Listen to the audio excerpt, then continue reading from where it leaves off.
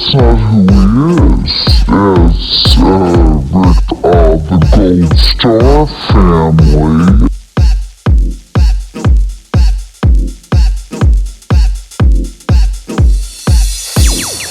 Insulted, he gave a speech that he read on prompter and said at that point, I have some regrets. Guys directly, legitimation, and he doesn't think he accused anybody in his own mind. He doesn't think he accused anybody. He thinks he simply. I think someone is sick of that. I think the notion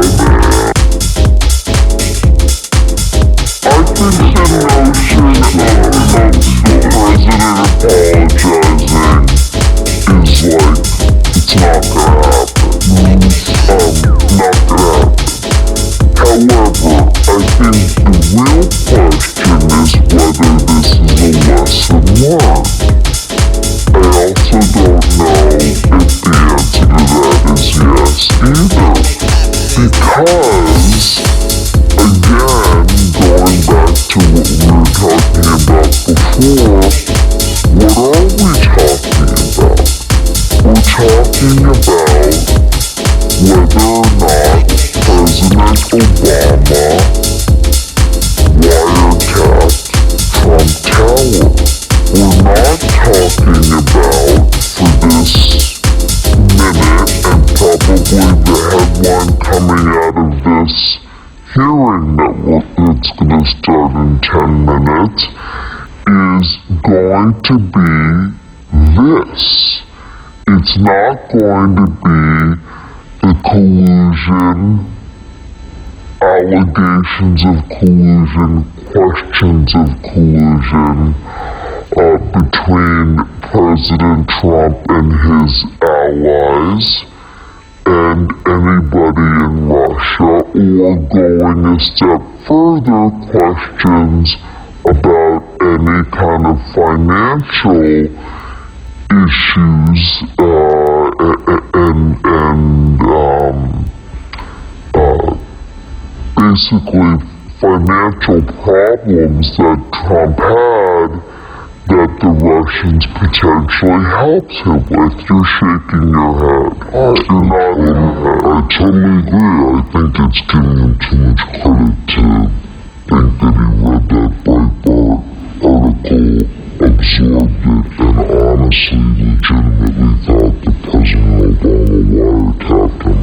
I don't think this was an honest mix-up. I think this was a deliberate attempt to introduce a stink bomb into the conversation about Russia, and it succeeded for the last 2.5 weeks of distracting people's attention.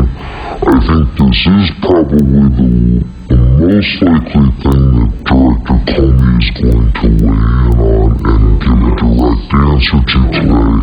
I also think it's probably the least consequential item that will be discussed in this hearing. Well, but I think this goes to a question of accountability and credibility. You know, Donald Trump always ran a private business, and he was accountable to his family, perhaps, and himself. And now he's in a different position. And I do think as President of the United States, you have to learn that accountability matters and that credibility matters, and whether or not he's diverted the conversation, I agree with both of you on that, but in the long term, there are only so many times you can go to the well on credibility until it hurts. We know the answer to that question yet. It's the key when you've seen over the weekend mostly moderate or Tom Cole's a conservative, but he's a deal maker in the House, say the president's frowning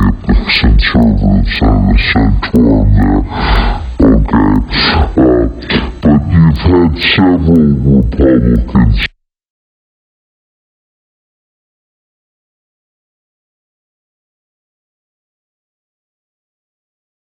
say, eventually this is going to hurt the president's credibility. However, the president last week is getting a lot of credit from people from doing some transactions, and the evidence yet that is affecting his job. What we did learn from the campaign is that President Trump is not ideological, he's transactional.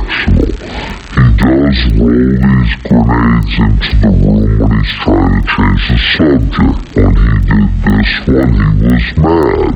His attorney general just recused himself. His big day on the aircraft carrier had been taken away from other stories, and he rolled this in. When he pulled back in the campaign, he didn't say sorry. It was transactional. It was beginning to hurt him. He would pull back and recalibrate for a bit. So I think as we watch this going forward, if there's evidence this hurts the president, he may change his tack for a certain period. Everybody hold on close and stand by. We're going to take a quick break. Our special coverage of this very important House Intelligence Committee hearing with the FBI Director and the Director of the National Security Agency will continue right after this.